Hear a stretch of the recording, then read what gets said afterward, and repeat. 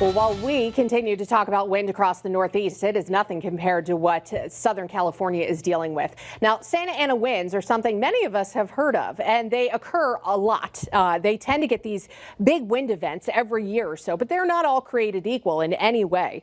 Now, this one is particularly intense. I mean, you've heard stories throughout the entire newscast. Wind gusts earlier in the day today topped 80 to almost 100 miles an hour in some of the higher terrain out in Southern California. You have that wind that comes down from the northeast due to low pressure that's back here over really the basin, over the desert, and then high pressure off to the north. So they have that tight pressure gradient. We see that a lot in New England. But this wind can get really intense because it rides up the mountains and then down the mountains. These mountains here in Southern California, I mean, some of those peaks are over 10,000 feet. That wind will just increase as it pushes down those mountains. It dries out the air, it warms the air, and those speeds will increase. So, I mean, you've got these crazy gusts down that way. It doesn't take much to spark a wildfire, especially in a drought situation or incredibly dry situation. And then once those fires get started, it's impossible to put them out with that kind of wind, and they spread very, very fast. And that's what we keep hearing about. Wind warnings, of course, very intense stuff. The red flag warnings, of course, is due to the very dry air and the strong wind. Still getting gusts topping 50 miles an hour at times, but we don't have data everywhere, of course. Once you're right on those mountain edges, that's when you get some really intense wind.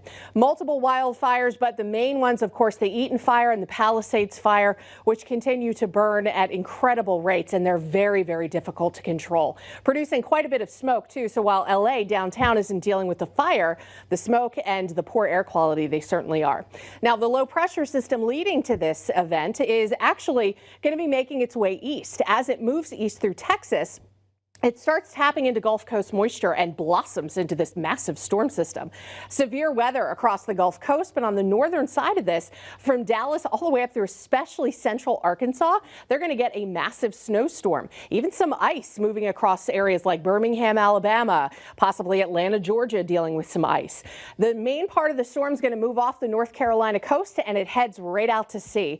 A cold front's going to tap into some of this moisture and bring us a little light snow Saturday morning, but that's it. Snowstorm not in the forecast for us here across Western Mass.